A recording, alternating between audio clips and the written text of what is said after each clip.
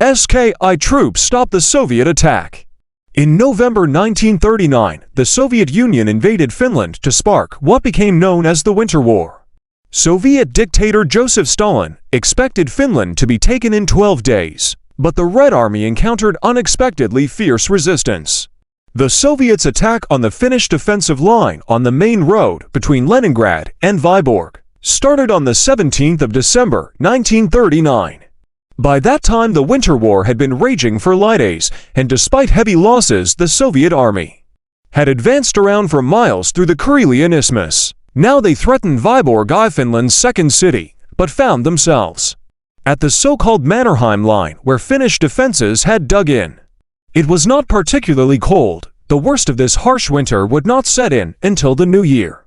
The temperature was barely below freezing when 3 Soviet tanks emerged from the mist. By that time, the Russian artillery had pummeled the Finns for several hours, but had made no impact on the 17 concrete bunkers that were in the area. The tanks rattled along the road at a somewhat leisurely pace, accompanied by infantry. On both sides of the road, the Finns lay hidden in wait, and now they opened a terrible barrage of machine gun fire on the Soviet infantry, who fell like skittles. The screams of wounded soldiers filled the air, but they were soon lost amid the din of the Russian tank guns. One scored a direct hit on one of the Finnish machine gun positions. Human body parts and earth were sent high into the air as the shells exploded. Now the Finnish anti-tank guns entered the action.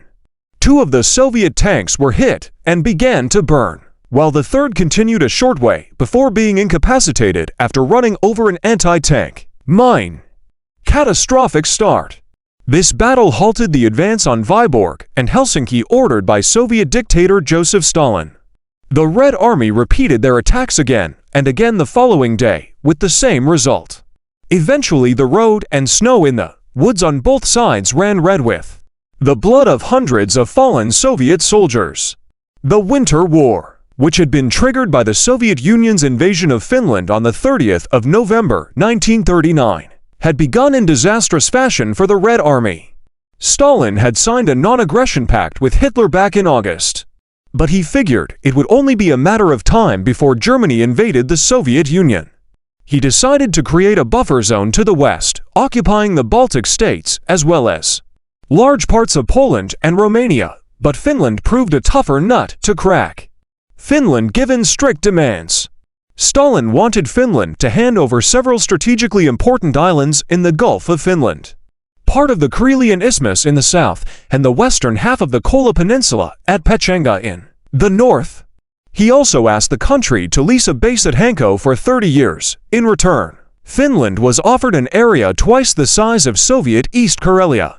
But the Finnish government could not agree to such extensive demands. Instead, the country strengthened its defensive capabilities by increasing the military share of the state budget from 16% to 30% in just 2 years.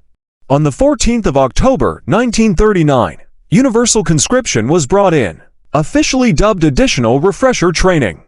The Soviet dictator predictably interpreted this as a hostile act. On the 26th of November, Stalin gave the order for his forces to invade. After Stalin's brutal purges had seen experienced Red Army commanders executed under the pretext of challenging his authority, many of its remaining officers were inexperienced. This lack of training would be cruelly exposed during the Winter War. Stubborn resistance. Soviet soldiers had been told that the invasion of Finland would lead to a swift victory, and that Finnish workers and peasants would welcome them as liberators. In reality, they would meet with extremely stubborn resistance from the determined Finns. Defenders waited in bunkers, trenches, and machine gun positions on the Karelian Isthmus to form the so-called Mannerheim Line that was named after the country's commander-in-chief, Gustav Mannerheim. Here, one Soviet assault wave after another was broken by machine gun and artillery fire. Mannerheim even made a mocking comment that the Soviet forces were milling about like tourists in front of the Finnish defenses. Major Russian losses. North of Lake Ladoga, a Finnish specialized unit led by Major General Paavo Talvela counterattacked at Tolvarvi on 12 December.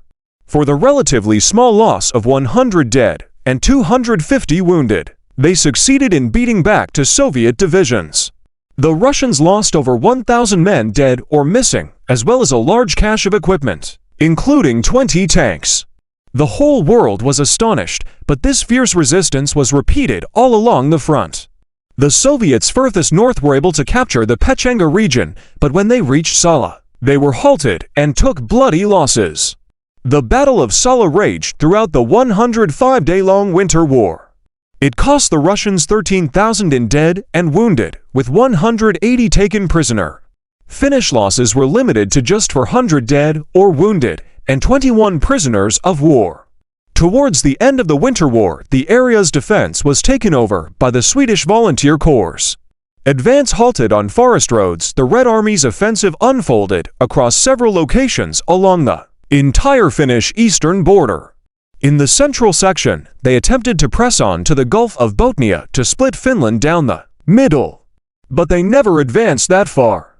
The extensive forests and high snow banks forced them to advance slowly in lengthy columns along the few forest roads that existed. The Finns were able to simply gather their significantly weaker units and attack the flanks to cut off Soviet supply lines. Finnish artillery was deployed to burn all the buildings in the area the Russians had taken. One Russian division that was surrounded and left without supplies to leave soldiers at the mercy of the barbaric cold succumbed at Suomussalmi. A letter was subsequently found that a Soviet soldier had written to his girlfriend, "The whole thing is lost, we're going to certain death. They'll kill us all." If the newspaper said that for every Finn you'd need 10 Ruskies, they'd be right. They are swatting us like flies. Thousands of Russian soldiers died, the exact number is unknown. Another Russian division sent to support the division at Suomussalmi met with a similar fate. It was surrounded and defeated at Rot a little further east. Fighting here ended on the 8th of January 1940. Next, the Russians attacked Kumo, a little further south. The scenes at Suomussalmi were now repeated for the third time. Nimble Finnish ski troopers split the Russian advance into 3 separate parts. The temperature sometimes fell to below 40 degrees below zero, and it's debatable whether it was the cold or Finnish fire that took the most lives among the encircled Soviets. The invaders lost nearly 20,000 soldiers during the fighting. Finnish casualties numbered just 250. New Soviet strategy. Eventually, Stalin was forced to retreat. The tactics were altered and Marshal Semyon Timoshenko, a veteran of the Civil War, took command of the Finnish front in January 1940. Timoshenko promised to hand Stalin victory, but he requested that he and his officers were given a free hand, without interference from political officers. The Soviet dictator was now terrified and agreed to anything that might restore the Red Army's reputation to the outside world. He had reason to be concerned. The Red Army had shown a level of impotence that might invite aggression from Germany or the West. Focus on Karelia. Timoshenko decided to forget the vast wastelands north of Lake Ladoga and focus his attacks on the Karelian Isthmus to crush the largest part of the Finnish army that was gathered there. After upgrading his equipment and retraining his troops, including educating junior officers in operating independently during combat, the Marshal commenced his attack on February 1940. Timoshenko brought forward a whole new Soviet army for the fresh invasion on February. More than 3,000 Soviet guns launched a bombardment not seen since World War I. The barrage was so intense the sound could be heard as far away as Tallinn on the Gulf of Finland's opposite shore. At midday, yellow tracers could be seen in the skies over the Soviet positions, and a few moments later the onslaught began. While the Finnish rear lines were bombed from the air, Soviet armored forces worked in tandem with the ground forces to knock out the defenses. The attacking forces now had direct telephone contact with supporting artillery. Earlier, the Russians had stormed each Finnish bunker one at a time, allowing the bunkers to simply pick off the attackers at their leisure. Now several bunkers were attacked simultaneously. Mighty Type KV tank steel monstrosities weighing 45 tons that neither Finnish anti-tank guns nor Molotov cocktails could disable went first. They were followed by tanks equipped with flamethrowers to burn bunker crews to death. Soldiers took bombs in sleds. The tank caterpillars left deep grooves in which Soviet stormtroopers crawled, unseen by the Finnish snipers and machine gunners. Others lay huddled in armored sledges pulled by tanks. When the Finns left their posts to attack the tanks using magnetic mines, they were overpowered by swarms of Soviet close combat specialists. Other sleds were loaded with explosives that Soviet engineering troops attached to the Finnish bunkers and armored defenses. At 5 o'clock in the morning of the 12th of February, the so-called Million Bunker, a huge bunker east of Sumarvi, was blown up. New commander was stunned. The offensive in Karelia, comprising nearly 500,000 Soviet troops, crushed the Finnish defenses. By late February and into early March, the Finns were in almost total retreat. In an act of pure desperation, Finnish Commander-in-Chief Mannerheim brought in General Kurt Wallenius. The man who had led the defense of Lapland with consummate skill for the previous 3 months of the war. Wallenius was tasked with commanding a new coastal defensive force on the Karelian Isthmus. But not even a man of his reputation could resist the Red Army's overwhelming force. Robert Edwards, author of one of many books on the Winter War, wrote, when Wallenius arrived at the Isthmus, he was stunned the crowded, panicked maelstrom he found on the coastal region. With Russian troops pouring across the ice and the most desperate fighting of the war so far. His nerve collapsed completely, he retreated to his command post and became very drunk indeed. His reputation and nerve ruined, Wallenius left the Finnish army, never to return. Soviets captured Vyborg. On the 5th of March, the Red Army had occupied the entire Mannerheim line and now moved into the suburbs in Vyborg. The Finnish government requested a ceasefire, but the Soviets refused. 2 days later, a Finnish peace delegation flew via Stockholm to Moscow to negotiate an end to the war.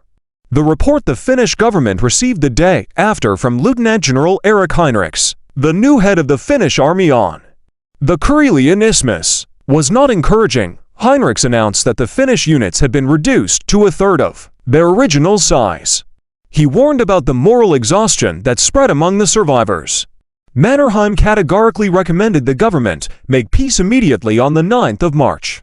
The following day, Heinrichs warned about further collapse. Vyborg was about to fall, which would open the way to Helsinki for the Russians. The Finnish delegation in Moscow reported at the same time that not a single comma was up for negotiation in the peace terms. Stalin was negotiating from an incredibly strong position. The Finns were forced to accede to avoid risking tougher terms being adopted. The harsh peace treaty was signed in the evening of the 12th of March. It included the need for Finland to hand over 1/10 of its territory to the Soviet Union, forcing 400,000 people to leave their homes in these areas. At 11:00 on the 13th of March 1940, the Winter War ended. Finland had been subjugated by its powerful eastern neighbor. The war cost Finland over 27,000 lives, including around 1,000 civilians from Russian air attacks, and 40,000 more had been wounded. Soviet doctrines. When Germany commenced its anticipated invasion of the Soviet Union 15 months later, it turned out that the buffer zone Stalin had created from the war was worthless. His brutal policy against Finland had also led to the country joining the war against the Soviet Union. And in a mirror image of the Soviet action, in 1940, Finland occupied a large area of Soviet East Karelia in 1941, when the Soviet population suffered as their hometowns became a theater of war. Despite this, it can be said that the Soviet Union did ironically benefit from the Winter War. Despite the loss of 127,000 deaths and 190,000 wounded soldiers, the Red Army's unsuccessful tactics in the war's first weeks made its commanders aware of how neglected the army had been. These lessons formed the basis for a radical improvement that over the course of a few years restored the Red Army's old effectiveness. The reform efforts were admittedly far from complete when the Germans invaded in June 1941. But eventually the Red Army's experiences during the Winter War with Finland would make a massive contribution to its ultimate victory over Germany.